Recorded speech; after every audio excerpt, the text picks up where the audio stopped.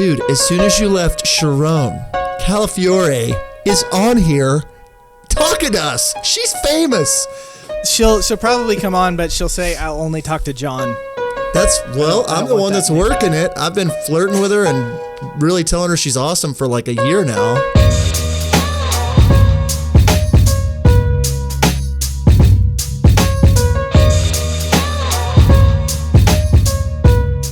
So I want to, like the last few of these, we've kind of screwed up with audio and video. I'm rolling audio. I'm rolling video. Yep. Are you rolling audio and are you rolling video? Yes. And Good. I have the correct audio source this time. So Perfect. I double-checked mine, triple-checked mine. Before we get going, I just have to throw it out there. A big thank you to like the dozens of you that have purchased products from us on the howtofilmweddings.com website. If you don't know what that is, we've got a template shop now. We've got 3 different products. We just released the budget 12-month calendar overview yesterday. And so thank you. If you haven't been to our site, check it out. There's a shop. There's a lot of different things. You have to apologize to me. I'm like trying to hold back in some burps. I just had some Chipotle. So if you see me doing this, talking higher and like, hop, hop, that's because I had extra chicken on my Chipotle just a minute ago. Hey, you know what I just noticed? We're totally matchy-matchy today. When you wear a black shirt, is it really matchy-matchy? Well, I mean, when both of us are wearing a black shirt, yes. The more you hang around people, the more you become like them. And so like maybe next week or next month when we do a live, your height will be somewhere near my height instead of like at shoulder width. So now we can But I'm just trying to make you feel better right now. This is just for the live people that are watching, because I am like 3 inches taller than John in real life, and he always complains that I am taller than him. So now on this live, it actually looks like he's taller than me, and I did that on purpose to make him feel better about himself. Well, I'm usually not the shorter guy of people I'm around. I'm like 6'1". So, you being like 6'4", I feel like an ant. So anyway, all right, we've officially gotten, there's a dozen and a couple people watching. We're doing our live Facebook Q&A. For those of you listening on the podcast or watching this as we do a live stream later, you can't ask questions later. You have to ask questions now. So if you're in the group right now, go ahead. What is that noise? I don't hear a noise. Does anybody else hear the noise? No, it's like wind. It went away. Oh, I don't know. That's weird. Okay. So cool. we've put in the group. We have some questions. Yeah, questions. And we have some of those. And then if you have a question, do us a favor, ask one. We'd love to answer it. Yeah, you can drop it in the group. We're literally the best in the industry and know everything. So, we can answer right. We can answer everything. So anyway, Nick, I don't know, did you end up sending me the questions or? Yeah, I did, but I have them all pulled up, so I'll just start with the questions and then kind of go from there. How about that? Right, we will start off with my friend. We will start off with my friend Troy Trussa, who actually second shot for you this weekend. And he asked this question: what is the most important part of the wedding day for your videos, and why? What is the most important part of the wedding day for your videos? Yes, and why? For me, it's audio. It's capturing, like, more important than anything is like getting really good, clean audio. Number one. I know that's not an important part of the day, but like I want to introduce different moments. Like I was even texting you, Nick, about like father-daughter first looks, and you should really push those for your couples. Like moments that would be something that 5 years from now that they really want to make sure that they have on camera. Those are the kinds of things I'm asking them about. Is your grandma important to you? Is your brother, or whatever? And so like the most important part to me is the actual real moments that they're going to care about, not the eye candy or the gimbal shot or the drone shot. What about you? Yeah, I think that question goes from wedding to wedding, honestly. And it depends on who your couple is, what's important to them, because you might really like those, party dance shots or whatever. Like you like these fun, upbeat kind of editing. But if the couple doesn't care about that kind of stuff, like you shouldn't focus on that kind of thing. The most important parts, in my opinion, are going to be the parts that are going to matter in 5, 10, 15, 20 years. Your vows are going to be important, if they write letters and promises, first look, those kind of things I think are going to be really important. The things with mom, with parents, with grandparents, those kind of things, people that are aren't going to be around as long as you guys are. I think those kind of things are really important. There isn't anything specific, but I think that the things that are going to make an impact later on in life, like the couple that we had this weekend, the groom had a 10-year-old son. And so I knew that getting footage of him and his son, like they were doing, the floss or whatever, those crazy, dance moves and kind of stuff that everyone tries to do. Like the son was doing those at 10 years old and he was like booking it, and dad was right there, like having fun with him and that kind of thing. I think that moment in 5 or 10 years is going to matter a whole lot more than their decor that I filmed. Yeah. Very true. That's kind of my thought. Yeah, that's very good. I like it. I don't have the questions. The email you sent me is blank. Okay. They're pictures. Ah. There were screenshots. So got it. That's boom. Yeah. I see them. Okay. Cliff Lawson asked this question. Good old Cliff. Do you find that a second shooter is expected in your base price? We'd love to be able to mark that up so that maybe some weddings it's just me and some it's both me and my wife. She could take some breaks, etc. Not shoot on that kind of stuff. So what is your opinion or your thought on that? So do I find that a second shooter is expected in the base price? Nina and I have actually been just talking a lot about this in the last couple of weeks, because 90% of the shots I'm taking are what I'm using for the wedding film. And we do a couple of weddings a year where I'm a solo shooter.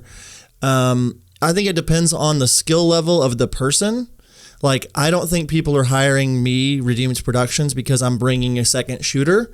So we're heavily considering the idea of like just bringing a second shooter for like the bridal prep and the ceremony, because I get pretty much everything else. I might bring an assistant to help some tripods and things like that. So I think it's different for each person in their market. Do I find that a second shooter is expected in a base? I don't think it's expected. I think that if you had a base price that was cheap, I don't think that that's necessarily expected. Yeah, I think that it's all about how you market yourself and how you want to present your business. All of our packages are with both me and my wife because we bill ourselves as a husband and wife team, and like that's a big push. That's a big selling point that we make. So that's how we do it, and that's how we like to do it. And Jen and I have also talked before. She was a photographer before she joined me video full time, and a lot of times she liked having a second shooter with her just so she would have someone to talk to and someone to hang out with, So that just having that another person there with you on the wedding day, getting shots and helping you out, but keeping you company and keeping you sane and, all that kind of stuff, that's a bonus too. But again, I don't think that it's a requirement. I think that is your market, your area, and what it is that you want to do with your business. Yeah, that's good. Yeah, I've got the questions pulled up now, kind of. Peter Aponte, by the way, before I move on, if you haven't seen in our Facebook group the comic book that he designed for the adventure. The comic book cover. Yes, the comic book cover. Awesome. Go Go back a couple posts and see what he did. I feel very iconic. I can't wait to see what he does for you. But yeah, our community is awesome. He asks... James Blankenfeld posted this question a few weeks ago, but I'm curious what your take on this is. If I remember correctly, the question was, what do you do for complementary income? This would be in addition to upselling, etc. What do you think? Man, okay, so I will go off and say I don't really do much stuff outside of weddings when it comes to making substantial money. Our YouTube channel is monetized, but I think in the last 3 months we've made like $300. So that's great. Just like bonus income, like $300 for literally uploading a video is great, but obviously it's not like I'll be able to quit my job and live off of that. For a while, I did some corporate stuff, and I was, working on other shoots and going to other stuff like that, getting hired out. But I found myself not really enjoying that kind of work. It was okay, like if I were to go shoot, but if I was in charge and having to run everything and then doing all the editing, like I didn't really like doing that. And so I found that whenever I had a couple corporate jobs where I was editing a bunch on those, it was like sucking out my creative juices for my wedding videos. And then I got really far behind in wedding videos because I was spending so much time in the corporate. So for me personally, I'm not doing any other that kind of stuff. However, I know that we have a skill set that not many people have. So if you can find a niche, you can find a market, you can find something and show up and shoot, a couple days a month, edit a couple videos a month and make, anywhere from $2,000 to $5,000 extra dollars a month. If you want to try and do that, absolutely go for it. Marketing agencies, you could just reach out to them and say, hey, I have this business, but I'm wanting to get into more video work. Do you have a need for freelance videography, anything like that? And that's definitely a great place to start. What about you, John? I would just say that if you're going to do something that's more like an additional income or something, I would just make sure it's in the lane that you want to be in. I think that a lot of times we just kind of, as video people, it's like, oh, that person wants me to film this kind of thing, a car dealership commercial, but I hate car dealership commercials, but I'll do that because I got asked. Or, you might love nature stuff or like filming different venues and offering different corporate stuff like that. I mean, it needs to kind of go and flow in line with like what your passions are. I mean, that was what I was thinking. And then on my side of things, we had an episode about this, but like we added photography, and that was like our extra, like I invested extra time and money for a while into that, and it fit really good right into what we were doing. And then this year, with our own brand with Redeemed Productions, we did our first workshop, and that was an extra source of income. And there's different things that all like can flow and filter together. So that's the kind of stuff that's coming to mind. Yeah. Again, I think whenever you simplify and narrow what it is that you do, you're going to be able to make more money and be better at the thing that you narrow your field down to. Like I remember my wife talking to me, and she said, I'm going to quit doing, whenever she was a photographer, I'm going to quit everything except for weddings and seniors in high school. Mm-hmm. And I was like, why? You're leaving so much money on the table, with not doing, newborns and families and, all that kind of stuff. But she was like, I don't enjoy it. And because she was able to hone in on those things, she was able to raise her prices because that's all that she was focusing on. Yeah. So that's definitely something to consider there as well. Can you see the questions that are coming in? Yep. Okay. I got a couple that are pulled up in the chat. Thomas Brown, he says he uses HoneyBook now. Awesome. We both use HoneyBook. You should check it out if you want to save time and money. That's what I think anyways. He asks, proposals take significantly less time to shoot, than actual someone proposing. So what is an advice on how to price word something like that? I think that, he used HoneyBook, but then he talks about shooting. So Thomas, is that what you're talking about, is actual proposals, or are you talking about sending stuff in HoneyBook? But we're going to go with the proposals, like an actual filming one. How would you price filming a proposal? How would I go about filming a proposal? Price it. Oh, like what would you charge? Like that kind of stuff. I've done a handful of them, and it's kind of interesting because it's like the groom is the one that's like hiring you for it, and sometimes the bride is like not wanting to use us, but the groom used us, and so it's like this. We liked that you did the proposal, but we were going with somebody else, and so, but like, what we do typically. I don't like showing up anywhere for at least $1,000 for like 1 hour, the first hour kind of thing. So I would probably just say find like what makes you happy to come out. And then what we've done before is to say something like, if you guys do end up going with a package that's over X amount of dollars, we'll give you this much off of it as just like a bonus for using us for the proposal. Because it is great mojo with a couple. You're there from the very, very beginning. And if you can get into a market where you're getting to film proposals, that's a great way to up the chances of you booking a lot more weddings. So, yeah, definitely. That's I would agree exactly what John said. And then Thomas, he was like talking about sending stuff too. I'm not exactly sure what you're asking there, Thomas. Like so if you want to comment. Yeah, I'm not in Honeybook. I'm not exactly sure. So if you want to clarify, then maybe we can come back to you on that. Let me ask another question from the chat. Brian Zuckerman says, "Hey, I keep struggling on whether to go mostly handheld, as I'm able to get steady shots but lose the smooth flowing shots of the gimbal. I do everything myself, so I feel like I need to make a choice." Where are you? I know that's not really a question. I think he's just like maybe wondering what we do. I'll tell you exactly what we do.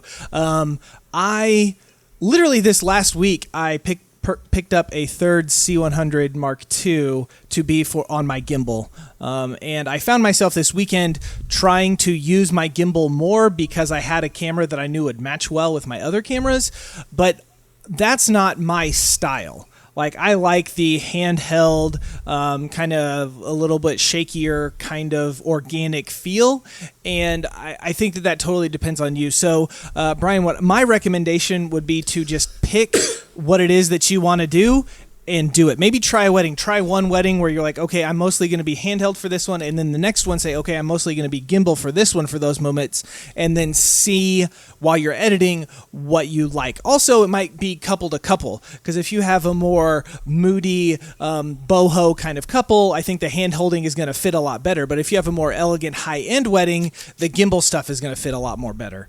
I don't think I said that right. John, what are you saying? So my question to him, I think, would be if he has more than one camera, like if he has a second camera and can leave one on the gimbal all day long, like that's what I do. I do a lot more of the luxury type weddings, and I love showing off a big, beautiful room. I mean, the wedding we shot together a couple weeks ago, Nick, like the room was just like mind-blowingly, like they spent a ton of money on like a big, flower hanging thing and like the big dance floor, and it was just huge. And so like gimbal stuff for that is like really great. But like I feel like gimbal work is overused, and it can get dizzy, and it can get like where people are using it way too much. So he's got one camera right now just starting. I would recommend, Brian, like maybe renting a camera for a few weddings and having two there, where like one can be on the gimbal, one can be handheld, and you can kind of go back and forth and see what you like better. My style is I like using handheld. Like I like being on a monopod with the couple when it comes to the portraits and stuff and being like up and close. And I mean, I don't want a ton of gimbal stuff. I want a little bit, but there's only so much of that in your film before it just feels like you're flying this way and then you're flying that way and then you're flying this way so that's my style. But I think like what you're saying is just you have to shoot both ways and see which one you like. Yeah definitely. I up until like this weekend, like I literally have 4 or 5 shots that I will do on my gimbal, and they're the same for every single wedding. So I'm not big on it. I'm glad I have it, and I will use it, when I need it. But for me, I prefer the handheld stuff. So yeah, Brian, if you only have one camera, I would just pick one, and then the other thing, rent a camera, and then maybe have them both, or just try to have two. I think that'd be if I really only had one, I would probably do a few establishing shots on the gimbal, and then stick to handheld. Like that's what I would end up doing. So yeah. So Marvin Flavian asks on their post that we made, go-to shots for couple portraits. I feel like I never have enough. Don't know what to get anymore. So a couple things that I do that like helps me get a lot more of the couple is talking to the photographer beforehand, like and just saying basically. Like, hey, when you were shooting, I want to be shooting with you, and I'm going to like hop in between different takes that you're doing and ask them to maybe look at each other and explain to the photographer that like movement is a really big deal to me, that I don't want a bunch of footage of them like looking at their camera. I want them looking at me or looking at each other. And so first thing I do is I explain that to the photographer. The second thing that I do is explain that to the couple. And that helps me just like set the tone. But like I've learned personally to like not be afraid to ask for what I want. They can't see your camera. They don't know what's on the screen. They can't, the photographer is worried about themselves. And so if I'm like, hey, no, I need to get this real quick. Let me grab a shot. Like, let me get a shot of your hands. Let me get a shot. And I'm always thinking like, how can I get a wide, medium, and tight of certain things so I can sequence it together? There's a lot more to that. I want you to answer for a little bit so I can think for a little bit more. Yeah. Okay. So one thing, John's advice of talking to the photographer is really great. Get on the same page with them. What Jen and I do on a wedding day, she's talking to the photographer early and she says, hey, we're going to be right by you during your shoot. And then maybe before you change locations or change positions or something like that, we might ask, the couple to do something in a spot, so don't just go boom, boom, boom, boom, kind of normally that you do. Let us get some shots. My recommendation would be to have at least 4 go-to poses or prompts that you have in your back pocket for everything. So that way, in case the photographer finishes up and they say, okay, video, do you want to do something? You're not just staying there like, I never get this time to do this. Okay. So if you have about 4 things that you want your couples to do so that you can just say, okay, it's my turn. This is what we're going to do. Go. Okay, you go for it. One that we do quite a bit is we say, okay, couple hold hands, walk side by side, and walk on a tightrope slowly. So, and then look at your feet, look at your tightrope, look at each other's tightropes, look at each other, go in for a kiss and keep walking. Okay, that is one that seems to always go well, and the images that we get were great. I like to have them, go stomach to stomach, and groom, put your hand, pull the bride in tight, put your hand around her lower back. Bride, put your hands up kind of on his lapel and rub one hand up his lapel, the other one on the back of his neck, and then just kind of touch foreheads, rub noses together, just be cute and in that moment and pretend no one else is here. And then, I can get a over his shoulder, over her shoulder, her hands focusing on his lapel, his hand on the small of her back, trying to get those ring shots, those detail shots. I think I was talking to Phil Harbuck a while ago, and he's like, I don't like doing detail shots how photographers do them. I like doing them how we can do them, which makes them get her ring shot in that moment, when she's playing with his lapel, get his ring shot when it's around her back, have him, put his hand, on her cheek or whatever, and then you can, get the shot of her earring, as they're interacting with each other. That's another really good one. The drunk walk is a fun one. I don't know if you've ever done that one, John, where you just have them like cozy up, hold arms together, and then say, it's 3 a.m, you're walking to Taco Bell and you're hammered. Like, how would you walk? And just have that interaction, that fun together. Having one lead the other one, a couple steps ahead. This is great for the bride. Have her be like 3 steps ahead, and then tell her every 3rd step, I want you to kind of look back at your groom.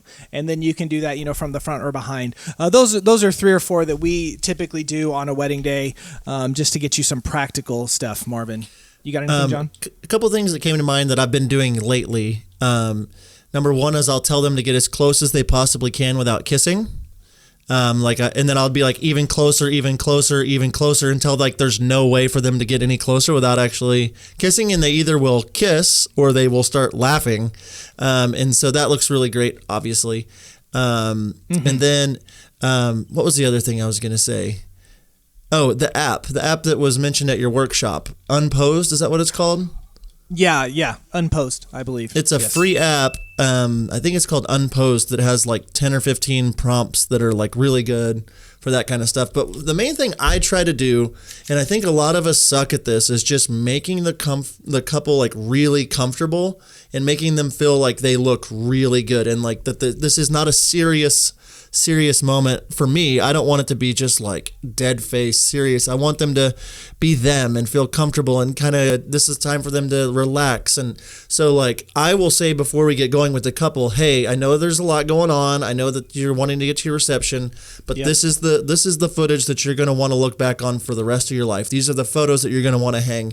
So I need you guys to get into a space right now where you're remembering why you're here today. Like you're married now, you're in love, and like I kind of set that tone, and that really changes the game for me. But really sticking to the fact that it's like, if there is something that I want to get it, and I want to like be one of the directors. I don't just want to be standing there, waiting for the photographer to do something good. Because I used to do a wedding with one photographer, and my footage would always look good because she was good at posing, and like it would only look good if the photographer was good at what they did.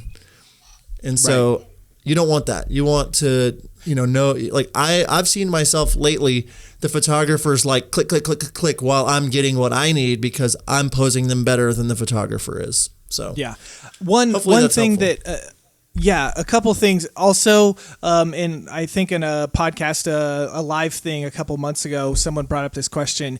Don't make them uncomfortable Okay. Like I know something that people like to do is, talk dirty in their ear or something like that, which some couples will get into that and some couples will like that and think it's funny or romantic or whatever. But there are some couples that will make them super uncomfortable, and you will be able to see that on their faces and they won't like it. So just be mindful whenever you are asking them to do, like if you have a bride that, don't ask her in the groom to like run through a big field if she has this expensive $10,000 dress and she has these crazy like just be mindful of the situation whenever you might have prompts and poses and stuff, but you need to adapt to what's going on as well. I'll say too, like David with forestry out I think at Venture said something about like you can't, like someone asked a question kind of about like getting good footage in a bad venue, bad location. But one of the things he said, not related to that, was that like don't try to make your couple somebody that they're not. And don't try to like get that 100%. Instagram video footage of them. If you're a couple, we had a couple about a month ago that like they love karaoke. They were really goofy. They were big laugher. Like they laughed. When she laughs, she opens her mouth and throws her head back. And it's like just this goofy, like it's beautiful. It's them. It's the quirks that make them them. If I were trying to just get a beautiful romantic shot, like it would have been uncomfortable for them. I did get some because we got to a point in the night where like we got more comfortable at sunset and stuff. But like most of their footage is laughing and playing and having a great time. So yeah. Know your couples, know who they are. So that's good. Do you want to ask one, or do you want me to keep going? For sure, bro. Let's see. Andrew Finati says, do you let there's no question mark at the end of his name, but I have one there for some reason. Andrew asks, because you don't know how to pronounce his last name. Yeah. Says, do you let the wedding dictate if the film will be great, or should it be up to the filmmaker to find the greatness in every wedding? Okay.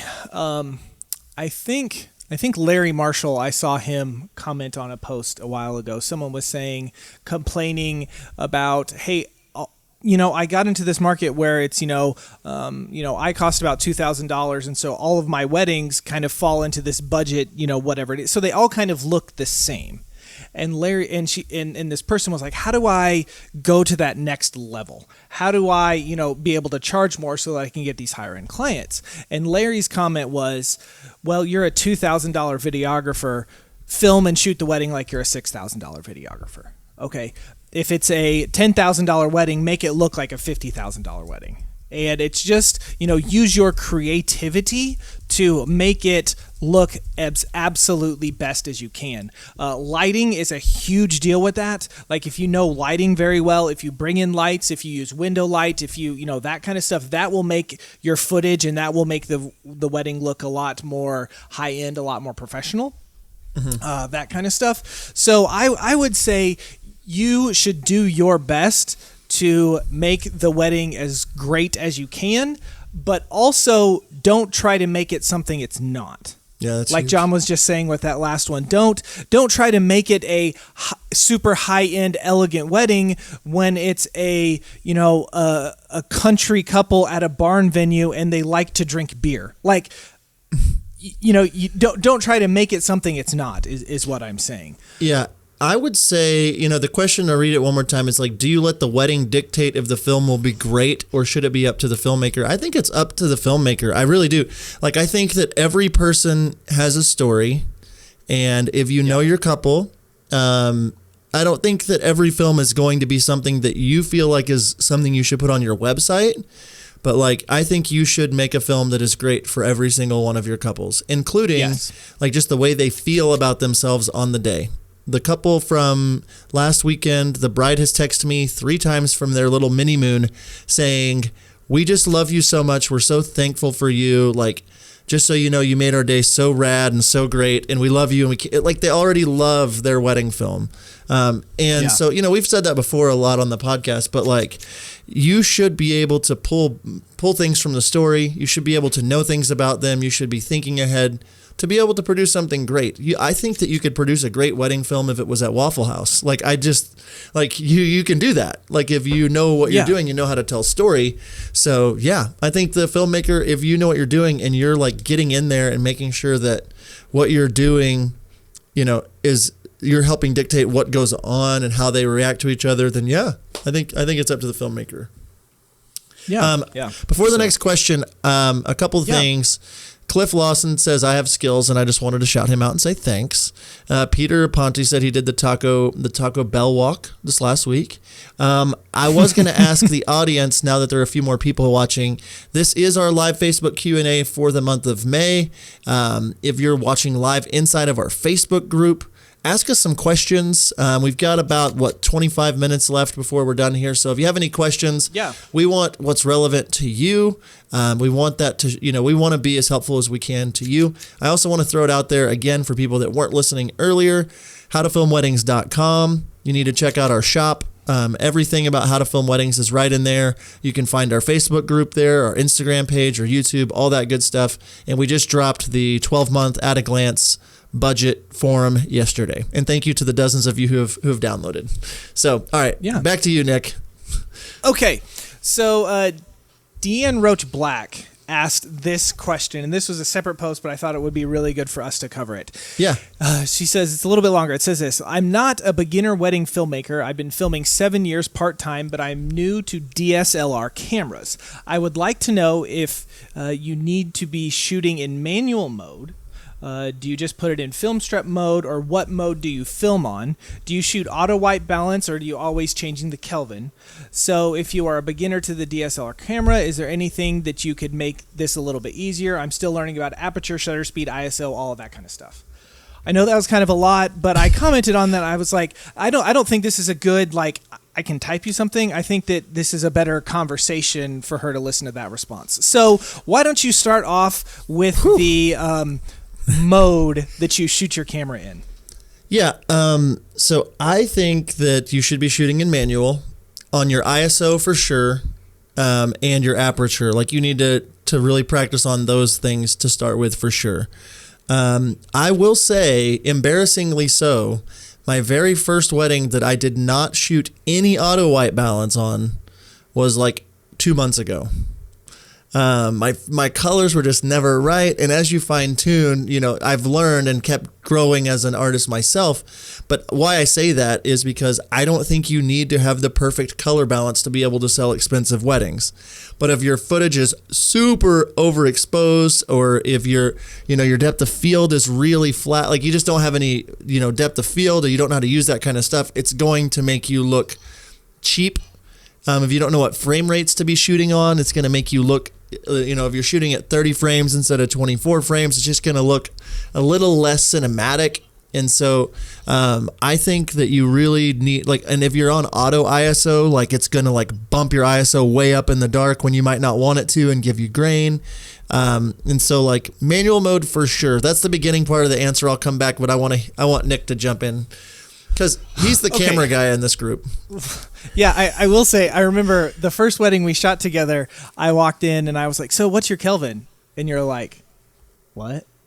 Like that was your response. And so it was 2 years ago, year and a half ago, whenever we started doing that and just talking about white balance and Kelvin. So we always do Kelvin. I'll jump into that one. So how Kelvin actually works, okay? Very, very orange light, tungsten light, okay, is on the lower end of the Kelvin scale. Okay, it's like a candlelight, I want to say, is something around 2000 Kelvin. Sunlight is actually very white. Okay, it's very blue light, and so it's in the 5,000, 6,000-ish area. Your camera is inverted with those numbers. Okay. And so if you walk into a setting that is very orange, you will actually put your camera down low to like the 3000 area to cool it down. Okay. And if you walk outside and it's actually very blue, you will then warm your camera up to like 5,500, 6,000 Kelvin to warm it up. Okay, just a rule of thumb, sunlight, you want to start your Kelvin about 5,500. And then for receptions, you're going to want to put that when you're indoors with no window light at all, you're going to put it around 3,000, 3,200 for your Kelvin. Okay, yep. That's kind of, and then I would just adjust from there, but those are base numbers that you can go to. If you're shooting window light, again, that's mostly sunlight, so you can be around that 5,000 number, 5,500 number with your Kelvin. So the bases for your Kelvin, yeah, go ahead. I'll say too, like since moving from auto white balance to like just kind of a rule of thumb, 5,500 outside, 3,200 at the reception, and then a little bit of tweaking, my color grading has gotten so much easier. Like it's so much easier. Even if it's a little bit warm in camera, like in what you bring into your computer is a little warm, it's much easier to cool that down as opposed to like your camera trying to figure out the colors that like can make skin really pink. So it's been very, very helpful.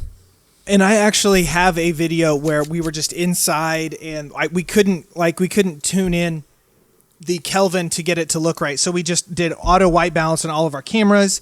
But the thing is because the sun was coming from, over the left and like over my wife's shoulder. So her white balance was different than what it was on my camera when I was across the way. And as you like scrub through the video, you could actually see the color changing within the video because the sun was like coming in and out behind clouds. So that's again, 5,500. Yeah, 5,500 if you're starting outside. Yeah, 5,500 if you're outside for Kelvin, and about 3,200 whenever it's darker, reception kind of stuff. As when it comes to aperture, shutter speed, and ISO, your camera has a native ISO. For the C100s, it's 850. What that native ISO, what that number means is that this is the optimal ISO for your camera to give the best picture quality. Okay? And so a lot of people will base everything off of the ISO and then kind of shift and change from there. Another way that you can do that is base your shutter speed. So if you are, whatever your frame rate is, so if you're shooting 24 frames per second, then your shutter speed needs to be at least double that to make it look right. Okay, you can go above it, but never go below it. So if you're at 24 frames per second, you want to be anywhere from 48 is absolutely double, but 50, just kind of depending on your camera. If you're shooting in 160, or if you're shooting 60 frames per second, you're going to want it to be at least 120 and never go below that. So obviously, whenever your shutter speed is at a certain point, you're going to want to change and manipulate your ISO or your aperture so that your shutter speed doesn't go below those numbers. Right? And then whatever aperture you want just to make it look how you want it to. The biggest thing that I love about the C100 is we have a built-in ND filter. So I can literally be shooting in full sun and have my 50 millimeter at 1.2 and it's not like crazy blown out. Because we have a built-in ND filter. So pick the thing that you want to kind of keep consistent, and then I would adjust the other two. But yeah, go ahead. What I was gonna say while Nick coughs and sneezes over there is that like when you're a beginner, like I just got a message today from somebody saying they're about to film their first wedding. Like if you need to put some stuff on, like I'll go into a room still and like click over to auto white balance just to see what the room, like what the camera says it should be in the room, and then switch back over to Kelvin.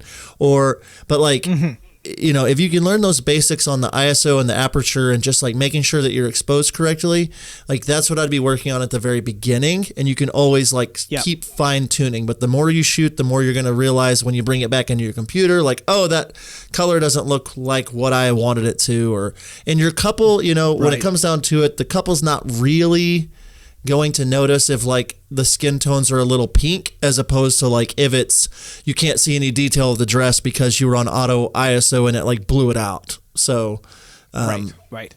So And I know that aperture, shutter speed, ISO, that triangle is really hard to wrap your mind around. But as soon as you get it, it'll just click. Like Deanne, it's one of those things that you just need to practice and go outside and figure out and say, okay, this is what I need to do. This is what I don't need to do. This is as high as my ISO can go. Whatever it is, and just practice and figure it out. Because as soon as you figure out and it clicks with you, like you'll be able to change and swap and do that stuff really, really quick. So There we go. Yeah, the basics of how to shoot a wedding right there. How to film weddings. We did it. Oh, there we go. So I'm going to jump to some Instagram questions. Here's a question that Snippet Productions asked on Instagram. And they said, how did you develop your website and anything special to remember for your website? That is a very loaded question in a very small form. Okay, so the whole website thing, I think that it's very, very important that you brand yourself the way, the branding of your website is going to determine whether or not people want to book you. Mm-hmm. What you show, we say it a lot, what you show is what you're going to shoot. So you don't have to put everything on your website. You might show off your favorite 2 or 3 or 4 or 5 films that have different styles. I would very much say, and I know this isn't a ton, exactly the question, but have yourself and your personality all over your website or your team or whatever, so people can see you. People want to see the brand. And this is the second half of his question. I'm going to let you talk about the developing of the website. But to me, the SEO of what you do is really important on your, SEO for your blog, things like that. But what it comes down to for me is I want it to be really easy for people to find my contact form and really easy for me to walk people in a direction of contacting me. So, that's the main things for me that I'm wanting to remember on my website. What about you? And then on the development stuff too. Yeah. So I was going to say that when it comes to your website, less is more. I think a lot of people, they go on and they just kind of get overloaded, vomited with information. And so I would try to go to a more minimalistic thing. You don't need to put, if you list your pricing, that's absolutely fine, but you don't need to list absolutely everything. So that's just seems like pages and pages and pages of information. Okay. Go in there and keep it short, keep it simple, keep it small. That would be my recommendation with that. When it comes to wedding videos on your website, I think that for your website, 4 to 6 is perfect number. 4 is enough for them to show, oh, okay, this person's actually done some work. And then 6, but anything more than that, they're just going to be overwhelmed and they might not click on anything because there's too much for them to click from. So I would say a smaller amount is good. The most important page on your website is your About Me page. So if there's anything that you maybe want to go a little overboard on, or a little bit, I don't know if overboard's the right word, but if you want to, put more information out there, your About Me page is definitely the page to do that on. Show your personality, show who you are, get detail, get information on it. And then when it comes to developing your website, figure out your brand, figure out your core values, figure out your why, figure out that kind of stuff. And then through that, you'll be able to put together a website that's really nice. I was going to say, you made me think about our episode with Hello Tomorrow, which is episode 31, where we just talked about the About Me page and how they made incredible About Me video or About Us video. The less is more thing is very true. And I've tried my best to pull as much off as possible so it makes them want to ask questions. I don't want to overload them with information. I want to give them a clear path on getting connected with me. And so I don't have my full prices on my website. I don't have, what kinds of cameras we're using. I don't have, that's do you have a screaming child? Yeah. My daughter is in the next room screaming. Summertime. Yeah. I think that we might not be live anymore. I mean, it says that we're live, but I don't know if it's working anymore. So Oh, really? But we can talk to each other? Yeah, we can keep talking to each other. I say we just keep on going and answer a few more of these questions that we might have, and then we'll upload this video to the YouTube and stuff. If you can hear us still, just let us know. See, people are saying they see us. Okay. We are live. I'm definitely frozen on my screen over here, so I wasn't sure what was going on. Okay, you're not frozen on my screen. Great. Oh, yeah. You look handsome as ever. I gave myself a haircut today. You give yourself a haircut every day. No, I mean, well, your head is your hairsuit. So, yes. Rablau_Andre said, Yep. What should I do to be seen? That was his question on Instagram. What should I do to be seen? A lot of this depends on how long you've been in business. If you're brand new, in that scenario, to be seen, you need to get out and network with people. Venues, planners, photographers, anybody that would get a cup of coffee with you. Like, that's what I would do to be seen. Like, I really think that, like, just getting in, like, if I were moving into a new market or whatever, I just want to show up on Instagram daily or every few days with a new post. I want to create either styled shoots or some types of shoots to get content out there. Done is better than perfect, we've said around here. Just having continual content that you've created out there to really, what's up, Johnny Apple? Really just continuing to, like, put yourself out there is what you need to do. You need to be on Instagram. You need to be liking people's photos. You need to go follow people in your market. You need to comment on their photos, send them a direct message, find them on Facebook, go to other people's websites and send them an email and just reach out and say, reach out and try to make connections with people. The worst thing ever is to just send a planner an email saying, hey, here's my price list. I think building a relationship more than anything, with them. Hey, I'm new in here, I just wanted to let you know that, if you need anything filmed, if you want, I'm just looking to build, vulnerability and honesty is okay at the beginning, and then prove yourself to people over time. You're not going to be shooting $10,000 weddings in your market in your first year. You might hit that in your 6th or 7th or 8th year. Don't just show up trying to, score on the first date. That's what it comes down to on being seen. What about you? No, I totally agree with what you're saying, and I will leave it at that. Scott Carroll asked a really interesting question. You were just kind of talking about Instagram, and so he says, for an Instagram business page, and this is in the actual live chat, would it be best to post often, 1 or 2 times a day with screen grabs and short video 1 time a week, or just 1 or 2 times a week with short video? Gary Vee suggests post a lot of content, but does it matter if posting vids is more important since I'm a wedding videographer, or is it better to post more content related to wedding videos? All right. That was a lot. Yeah, but I wanted to get it all out there. Yeah, I think it's different for different people. You get someone like White and Reverie who might post once a week, but their content is amazing. What they're posting is beautiful and perfect. It's so beautiful and so great, and that's their brand. They want to do that. They want to only post the best of the best, and that's great. And then you've got people that want to post something every single day. You've got people that want to post a few times a week. I say find the groove that works for your branding and what you're wanting to say. With Redeemed Productions, my company, I try to post 5 to 6 times a week because we do photography as well. And so it just depends on the week. I didn't post yesterday because it was a holiday here in the US. And so I'm not freaking out and having to get I don't have to get a post out every single day, and I'm really trying to fine tune and show more videos, little 60-second just eye candy stuff. I don't think that you have to just be pushing out content to push out content. With How to Film Weddings, what we're doing is we're wanting to put out stuff that you guys actually want. If you guys don't want these kinds of videos, we're going to stop doing it. And so you're listening to your audience. What do they like? What are they commenting on? What are they, the things that you guys like are what we're trying to do more of, And so if you think on those lines, that's going to help you decide whether or not how much you should post all that stuff.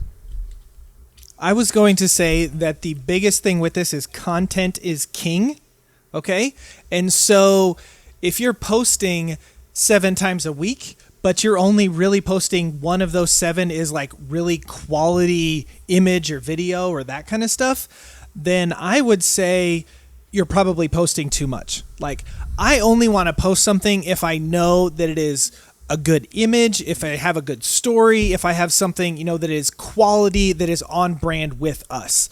So whoever that is, whoever you are, each person needs to evaluate that.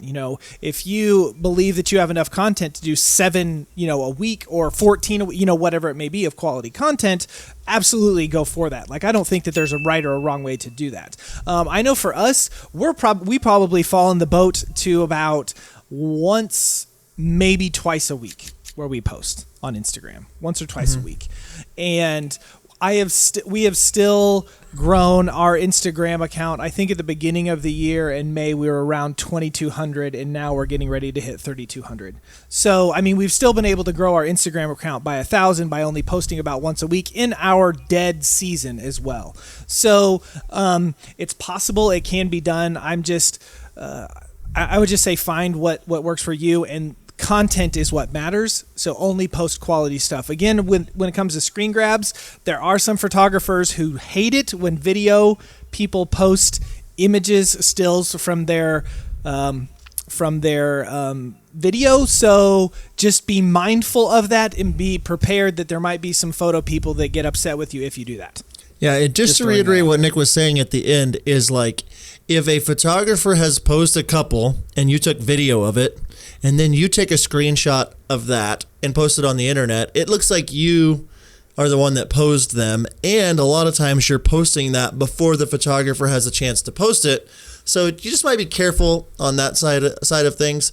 Yes. I would, if you're wanting to put something out like every day, I would recommend like exporting a clip, one like 10-second clip or something like that. That's just kind of, an eye candy shot or something, if you're wanting to post something every single day. I will say, on my personal Instagram account, the John Bunn account, I post like 2 or 3 times a week.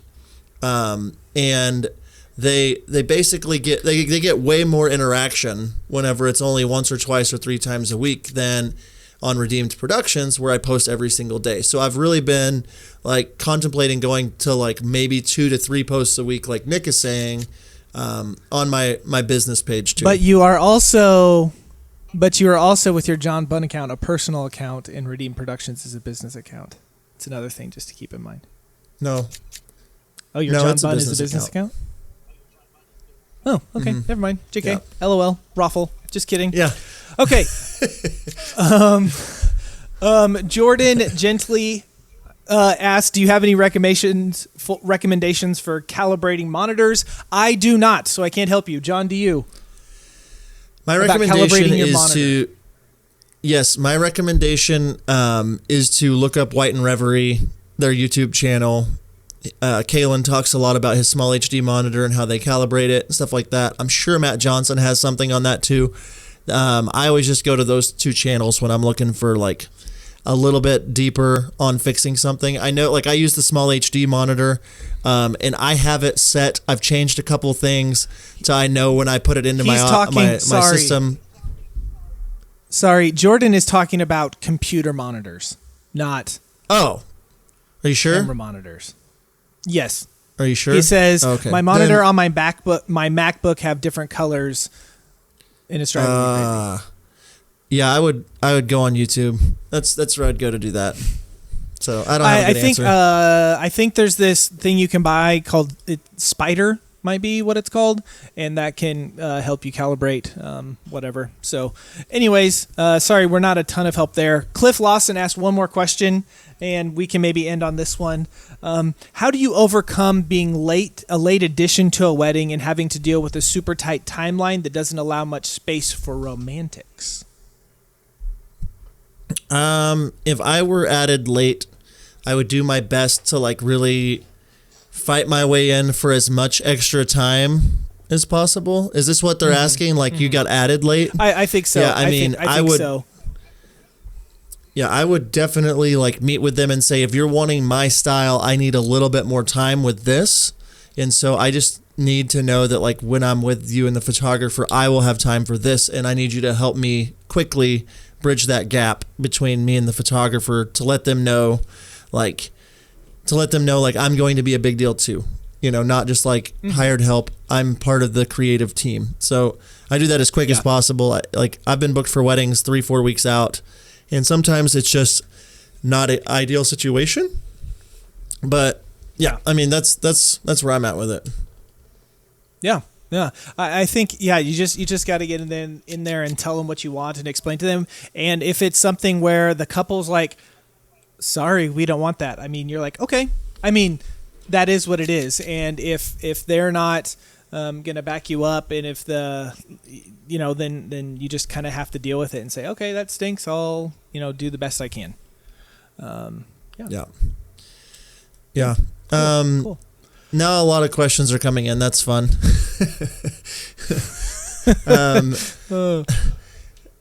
I don't know if you want to answer that one about any workshops coming.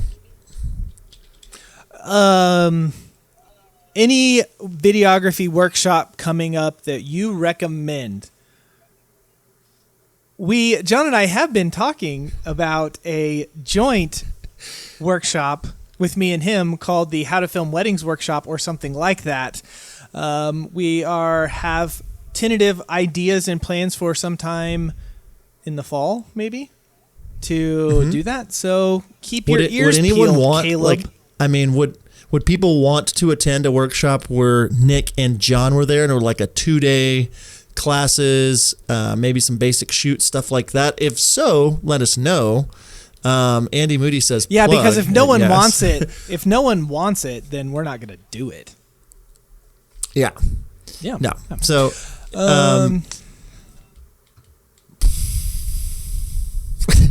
yeah. So Cliff put on that the host in Hawaii deal. I mean, we probably won't. We would like to, but probably not. Cliff said that they got added late to the Santa Barbara wedding, and the photographer said, "As you can see, timeline is tight." I think that you just do your best with what you've been given and maybe build a relationship with that photographer so you guys can work with each other. That's what I would say. Yeah, and I think that you, even in a tight timeline, 6 hours of time, 7 hours of time, you can get a lot of good stuff. Like if you can't produce something that's great that they're going to love, like obviously you want more, but I just think that you need to tell them that like you're going to kill it for them, but like you need to know that this isn't my typical style. I need more time to do what I usually do. You're probably not going to notice a difference, but I at least need to say it out loud to you. So, right. Jeremy, the talk is actually Dallas. Just letting you know. Yeah, that's the talk. He just said we're talking about doing a workshop, and it's not this is just for the 1,700 of you in the Facebook group. But yeah, we're looking at that. We're looking at bringing a couple of people on. I mean, we haven't talked a ton of details, but our summers are busy, and we're looking at sometime in the fall doing some kind of like a 2-day thing, one night, where we will kind of go through like business stuff, me a lot, and then bring in some guests, and then some shooting stuff, and like we think it can be a lot of fun. I'm just there to look good. Zeb Blair asked, how long do you spend editing a typical video? Highlight, doc, and trailer, that kind of stuff. I think a good rule of thumb for highlight video is about 1.5 to 2 hours per minute of the video. It kind of seems to be kind of a good rule of thumb that I've kind of fallen under. Obviously, some people are faster than that. And then doc edit stuff, it takes some time, but it's usually not hard. Anyway. Yeah, beginning to end for our projects, we spend, that's perfect. Hot dogs are on Peter. Like for me, what we do from the culling to making the feature film and everything, it's like, I don't know, for me, somewhere between 20 and 30 hours, and that gets them like a 8 to 10 minute film and a doc edit usually. So, yeah. Yeah, that's where we're on par with that too. Somewhere between the 20 to 30. That's average. So. Yep. Cool. I will say it's pretty awesome that so many people have a little bit over an hour. Can you hear me? Yeah. I Nick, think that we have some lag or something that's going on here. I can. Oh, Facebook. Okay, good. Like, point your thumb this way when you can hear me. There is a definite lag. That's like 10-second lag. That's terrible. Oh man, that's so funny. Cool. Nick, you land the plane. Nick, I'm gonna wait until you start talking, and then you land the plane. Okay, well, thank you all for joining us on this our live Facebook Q&A. As we have said before, check out howtofilmweddings.com. We have just recently opened a shop. We have a lot of great stuff in there. Email templates, wedding day questionnaire, as well as the new 12-month budget sheet that will help you so much with expenses and all of that kind of stuff. Thank you so much for listening on podcast, wherever that may be. If you're watching this on YouTube, share this, subscribe to our channel, and until next time, we will see ya. See ya. Bye, Nick.